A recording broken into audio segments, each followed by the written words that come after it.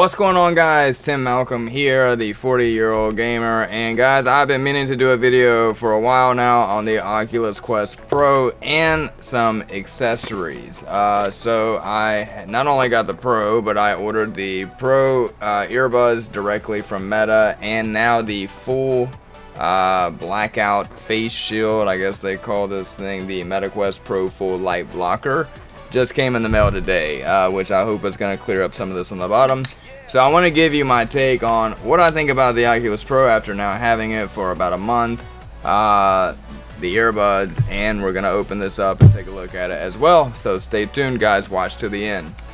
Alright, guys, so here's the deal. I was dying to get a Pro. For a $1,500 headset, which was actually about $1,630 after tax, and I had to buy two, one for me and one for my girlfriend. I was expecting, a very good headset for that price, going from the fact that, I had $400 invested in my Quest 2.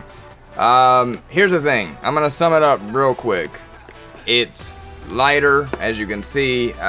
It's great, but I am very disappointed with the pass-through cameras. It's like they use fucking 2 megabyte pixels or 2 megapixel cameras. It's very grainy for all the color cameras. That is a huge point of contention.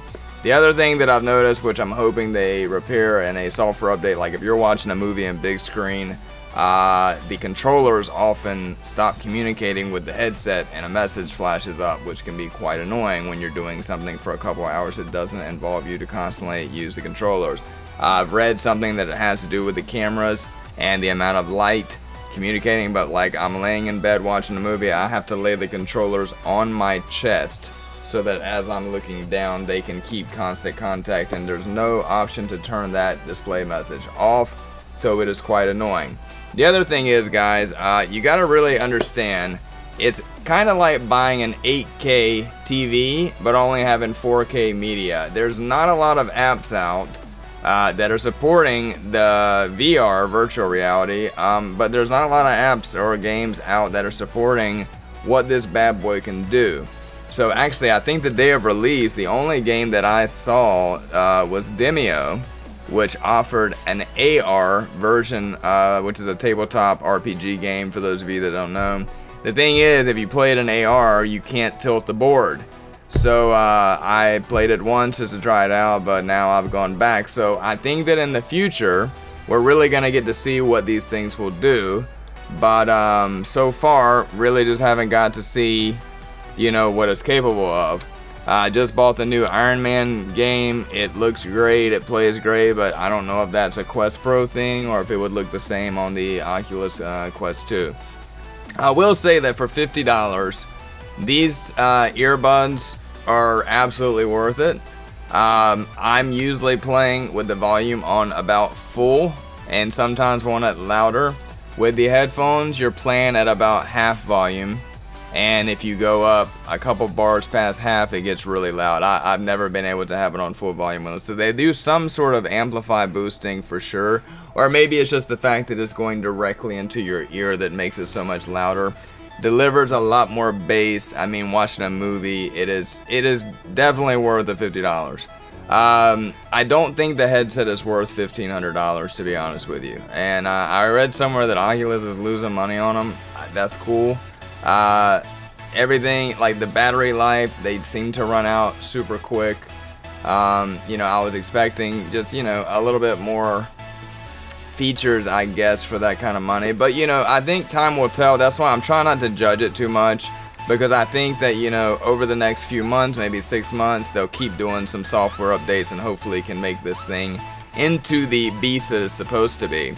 I will say that it is more comfortable than the Quest 2. It has more options to, change your eye levels and stuff. You even have a dial up here so that you can bring the lenses closer. And the way you wear it, it's designed where it kind of hovers on top of your face. So I never get irritated from this side, but this little rubber pad that sits against your head, I'm really hoping that some other companies come out with some alternatives.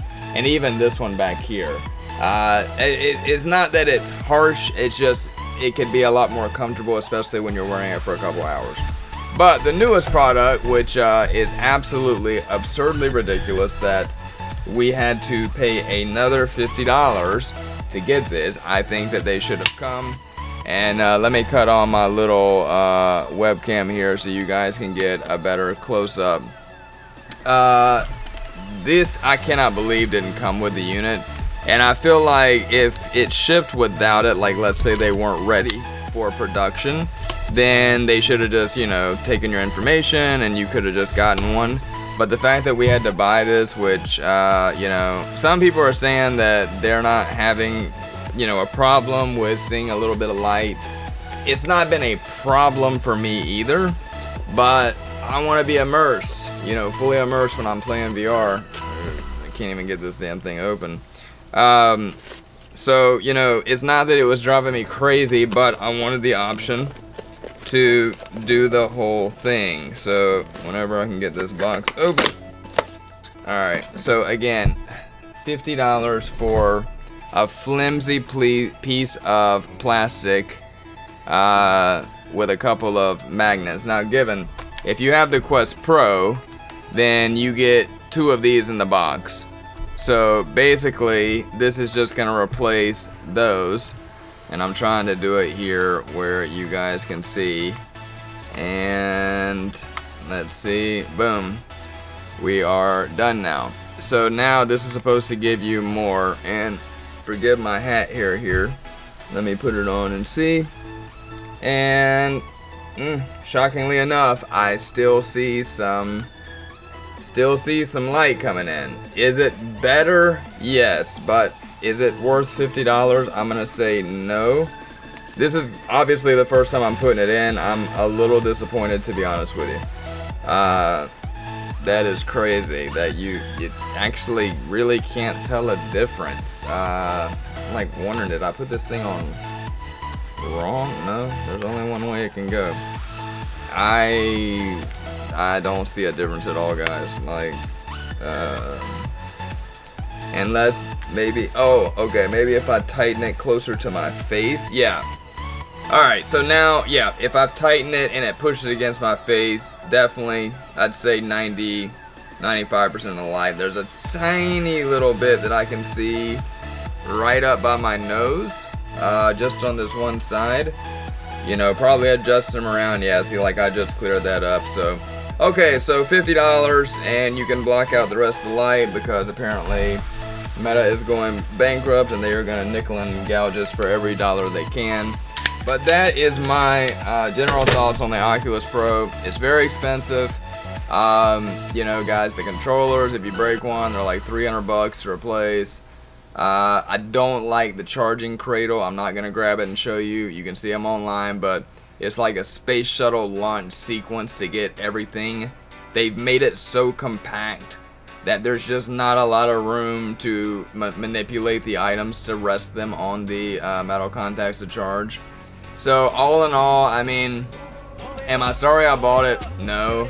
But, you know, I think that this is an $800 headset. Like, I think it's probably double what it should be. I think that it should have come absolutely with the full face shield for blackouts, and you know, the headphones I think probably were the best buy out of all of them. I don't know if you can use other headphones. I wanted to buy the Meta brand ones just because, I don't know, for some reason I think that buying the same brand will just work better with it. And obviously, as you can tell, they're single headphones with one auxiliary cable, so you know, it's not every brand doesn't really make that, I don't think. Usually it's just one plug for both headphones, so it does have a jack on both sides. So anyway, if you were thinking about getting one, or if you're thinking about waiting for the Quest 3, I mean, this has been described as, you know, they're a top tier headset, so I don't think the Quest 3 will be as good as this, but the Quest 3 might be good enough that if it stays around the $400 to $500 price range, it may be better to wait for that one. The most impressive thing about this, I think, is that they were able to get the front face so thin. I mean, it looks a lot bigger because of the sides here, guys, but if you look underneath at how thin that is, I mean, compared to the Quest 2, you've got a lot less headset on your face, you know, getting more and more towards the goal of like Ready Player One, which is what, you know, all of us VR people are striving for.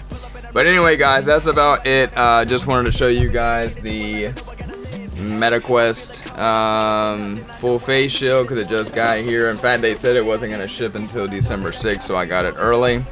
And talk about the headphones a little bit. There's been tons of reviews about the Quest Pro, but again, I don't want to down it. If you were wanting to get one for Christmas, I would say still get it. I just understand that you're gonna need to stay plugged up, which isn't really a problem for most of the stuff I do. Although, one more thing I do want to complain about though, when you added the Elite VR head strap to the Quest 2, it moved the charging port in the back, which is great when you're wearing the headset because the power cord can then fall down your back. But for some reason, these idiots put it on the side again. And for some reason, no matter what game I'm playing, that cable is always in my way and aggravating me to no end. So I don't know how in the hell there would be a way to change that, and there may not be. But I really wish that they would have stuck it on the back because I just feel like anybody playing would rather have the cord behind them than on their side that's constantly, you know, flapping you in the face or whatever. But other than that, I mean, it's, you know, it's got some good graphics, it's got good sound, and I haven't had any problems with it except for the super annoying loss of controller. Haven't had to factory reset it or anything like that. It's plays every game pretty well. So yeah, I mean, guys, if you got the money, I would say get it. I don't think it's gonna get a price cut anytime soon. I think you're gonna start seeing the Quest 2 probably start coming up, like they've got that Christmas bundle coming up where you get Resident Evil 4, which if you've never played Resident Evil 4 on the VR, that is a really, really good game. But anyway, guys, that's about all the accessories that they make. They do have some VR earbuds. Now, you will see here, this MetaQuest Pro, these are earbuds made for the MetaQuest Pro, and these are the ones that I bought. And then this is the face shield that I bought. So 50 and 50. I bought a hard case, but I ended up buying one off Amazon. That was the one thing that I didn't care because it's not electronic if it was a Meta brand or not. But this compact charging dock, don't get it because it's already compact as fuck. So I don't know how you would need it to be even more compact. I did buy this DLink also. Had major problems with it. I've contacted Facebook, have not really gotten anywhere with that, so I do not recommend that either. And the rest of this shit, nah, I haven't messed with it. So I should have included the D-Link in the video, but to be honest with you, until I just saw this, I completely forgot that I bought one. Anyway, guys, thank you very much, and hopefully I'll make some more VR content soon. Appreciate it.